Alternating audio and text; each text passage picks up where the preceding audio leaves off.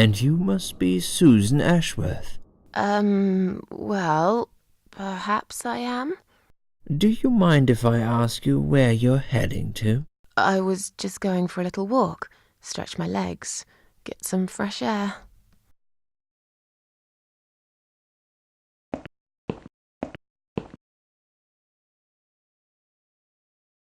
Give it a rest. I'm not going anywhere. Miss Ashworth, please relax. There's been a mistake. You have been prescribed wrong medication. I apologize sincerely on behalf of my team and the hospital, but luckily we managed to spot it on time. On time? You have no idea what I've been through? Once again, I'm truly sorry. I promise no more drugs will be given to you. I personally guarantee you will have a good, peaceful sleep tonight, and you can be discharged in the morning. Why can't I go tonight? I want to go now. I'm really sorry, but we can't legally discharge suicidal patients without a full psychiatric assessment. It's too late for it now, but I promise we'll have a chat in my office first thing in the morning, okay? And then you can go home. Is that all right? I haven't really got much choice, have I?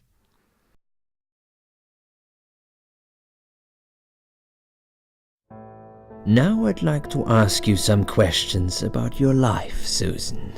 You might find them very personal, but it's important that you answer me as honestly as possible. Fine. Let's get it over with then, shall we?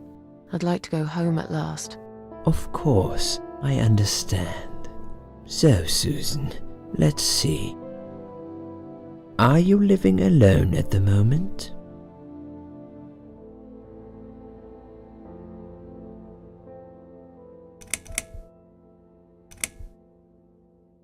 I live on my own, and it suits me just fine. I don't need anyone. People mostly bore me. Sometimes they annoy me or upset me. I'm happy with how things are at the moment. I have my little bit of space, and it's my own. It's private. I'd like to keep it that way. What do you do for a living?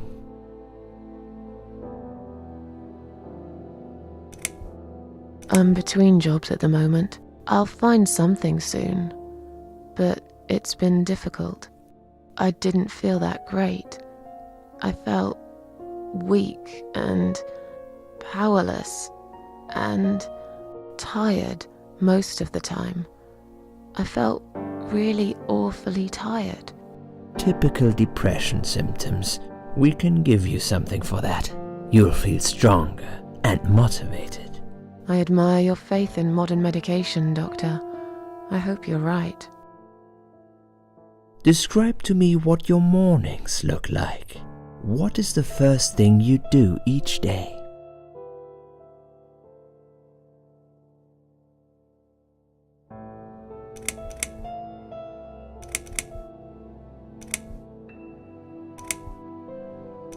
I go to the toilet. Doesn't everyone? Fair enough. What is the next thing you do then? Oh, I don't know.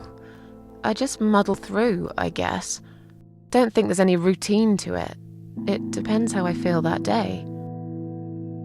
Would you say that you feel safer at home than outside? Not really.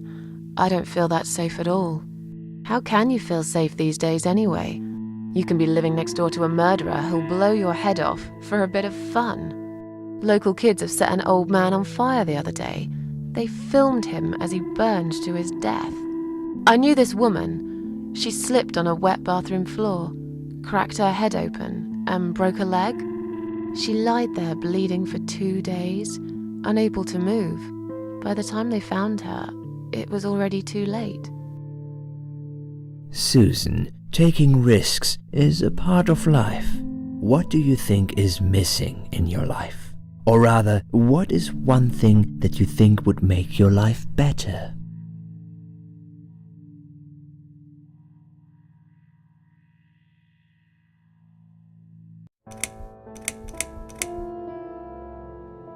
Something to fight for, you know? A reason to go on. There's always a reason to live. Sometimes we just don't see it that clearly. Well, Doctor, I must have gone all blind then, because I can't see any. Have you ever attended group therapy for depression or some other form of counseling? No, I'm not sure it's a good idea. Especially the group therapy thing. I'd hate it. You should at least give it a go first, and then decide. If you don't like it, we can think of something else, yeah? If you insist. But I doubt it'll help.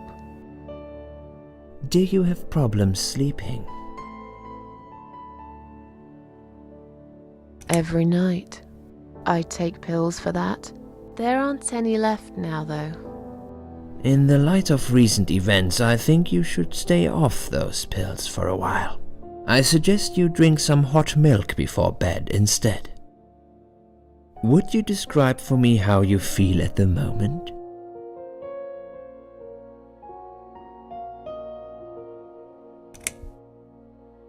Definitely better than before the accident. Good. Hopefully you can now move on from here. With a bit of luck, you will enjoy life again. Suicide attempts often have that effect on people.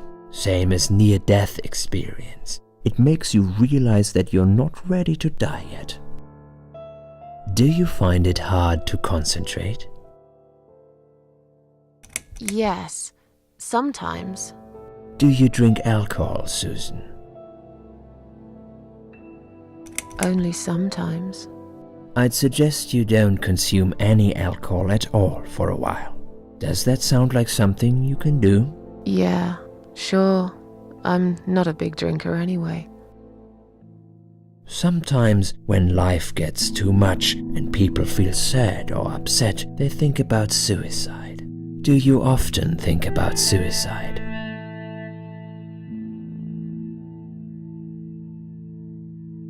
No, of course not. I don't know what got into me. It's hard to explain why I did it. I must have thought there was no other options left. But I never used to think about it or plan it. It just happened. As if I'd suddenly lost control. I knew what I was doing was wrong, and yet I was unable to stop it. Strange, isn't it? Please, in your own words, try to explain to me, why did you really try to take your own life, Susan?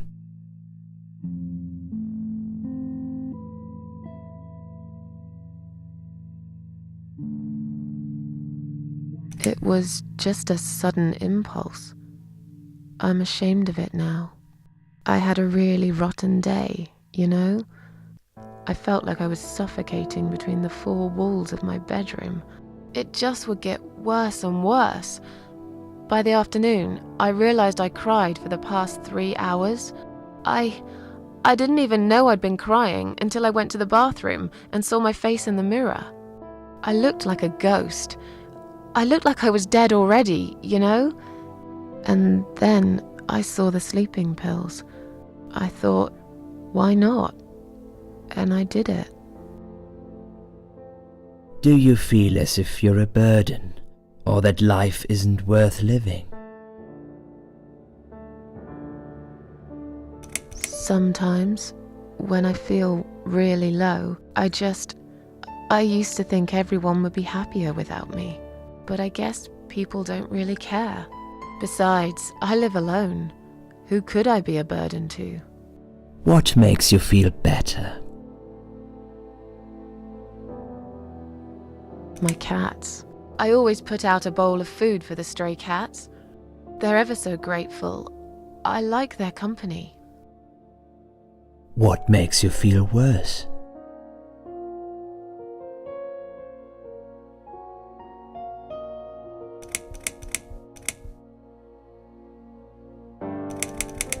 People.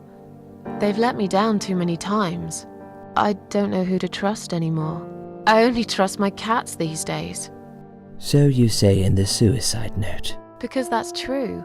I've been stabbed in the back more times than I could count. Have you imagined your funeral and how people will react to your death?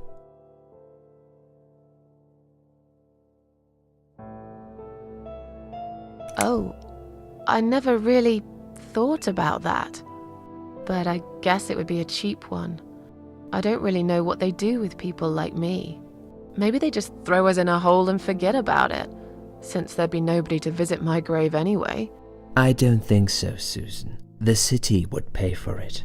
Or so they want people to believe. Finally, I'd like you to tell me about Eric.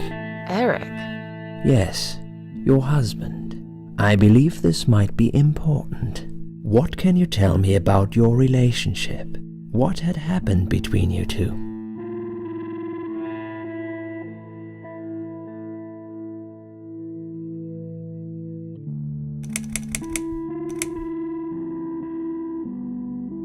There's nothing to talk about.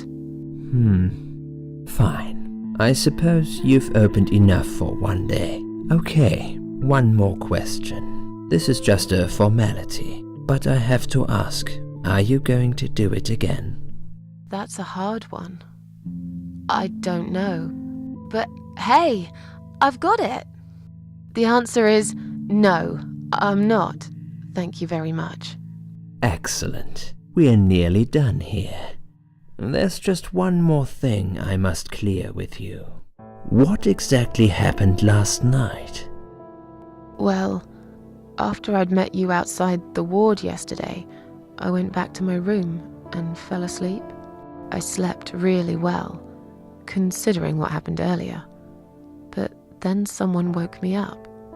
It was the same nurse who was so friendly with me the first night. She said we needed to talk.